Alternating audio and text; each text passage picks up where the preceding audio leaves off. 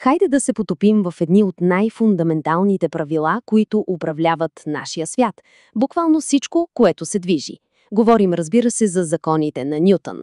И нека започнем с една малка загадка. Всички сме чували, че обект в движение остава в движение, нали? Тогава защо всяка топка, която ритнем, в крайна сметка спира? Нещо тук не се връзва.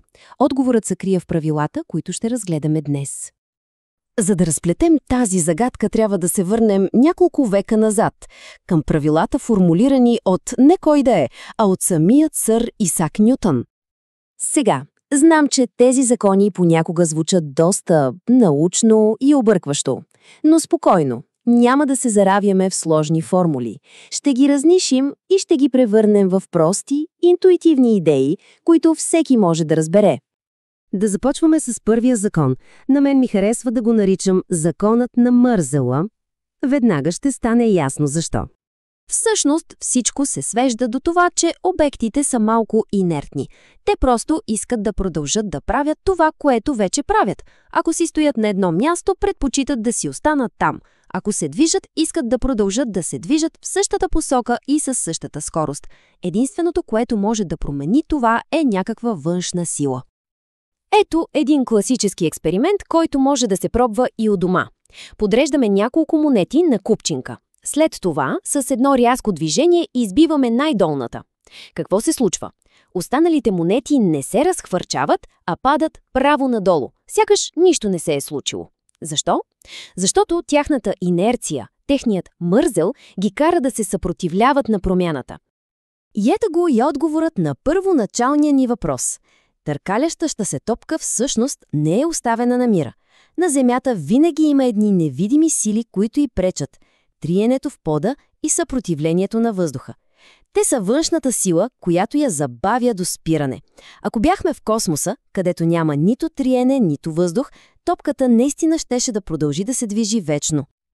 Добре, вече знаем какво се случва, когато няма външна сила. Но какво става, когато има? Това ни води право към втория закон, който можем да наречем науката за силата.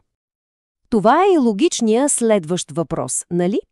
Колко точно сила, колко бутане е необходимо, за да променим движението на нещо? Вторият закон ни дава рецептата, така да се каже. Той свързва три неща. Колко е тежък един обект, т.е. неговата маса, с каква сила го бутаме и какво ускорение получава. Казано съвсем просто, колкото по-тежък е един предмет, толкова повече сила е нужна, за да го задвижим. Помислете си за това така. Едно леко побутване ще даде на обекта малко ускорение, но ако го тласнем наистина силно, ще получим много по-голямо ускорение. Връзката е абсолютно пряка. Повече сила означава повече ускорение.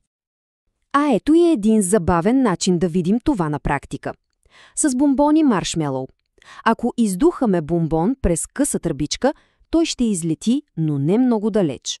Но ако използваме по-дълга тръба, силата на дъха ни действа върху бомбона по-дълго време. Резултатът – по-голямо ускорение и бомбонът лети много по-далеч. И така, стигнахме и до финалния трети закон. Той описва как обектите си взаимодействат един с друг. Затова го наричаме ехото на всяко действие. И тук идва един от най-големите парадокси, поне на пръв поглед. В празнотата на космоса няма земя, няма въздух, няма нищо, от което да се отблъснеш. И тогава, как изобщо се движат ракетите? Отговорът е, че ракетата не се отблъсква от нищо външно. Всичко се крие в третия закон на Нютън, който е гениален в своята простота. Всяко действие има равно по сила и противоположно по посока противодействие. Силите винаги идват по двойки. Ето как работи при ракетите. Действието е изхвърлянето на горещи газове с огромна сила надолу, а равното и противоположно противодействие е силата, която избутва самата ракета нагоре. Ракетата се оттласква от собствените си газове. Искате ли още един, може би малко по-неочакван пример? Поставете тенис топка върху баскетболна и ги пуснете едновременно. Когато баскетболната топка удари земята, това е действието, тя прехвърля цялата си енергия на тенис топката като противодействие. Резултатът? Тенис топката излита в небето много по-високо, отколкото би могла сама. И ето как трите закона се сглобяват в една цялостна картина. Това не са просто три отделни идеи, а пълен комплект от правила, които описват абсолютно всичко, което се движи. И не си мислите, че това са просто някакви стари правила от учебника по физика. Те са в основата на почти цялото съвременно инженерство, от проектирането на по-безопасни коли до изпращането на сонди до други планети. Дори нещо толкова просто като ножиците работи на тези принципи. Така че, от онази малка търкаляща се топка, която ни обърка в началото, до ракетите, които летят към звездите, се оказва, че едни и същи три, на пръв поглед прости правила, управляват абсолютно всичко. В крайна сметка, тези закони наистина управляват всичко около нас, от орбитите на планетите до сблъсъка на най-малките частици. И въпросът, който остава е, кое познато ежедневно движение ще изглежда напълно различно следващият път, когато се наблюдава, сега, след като правилата на играта са известни.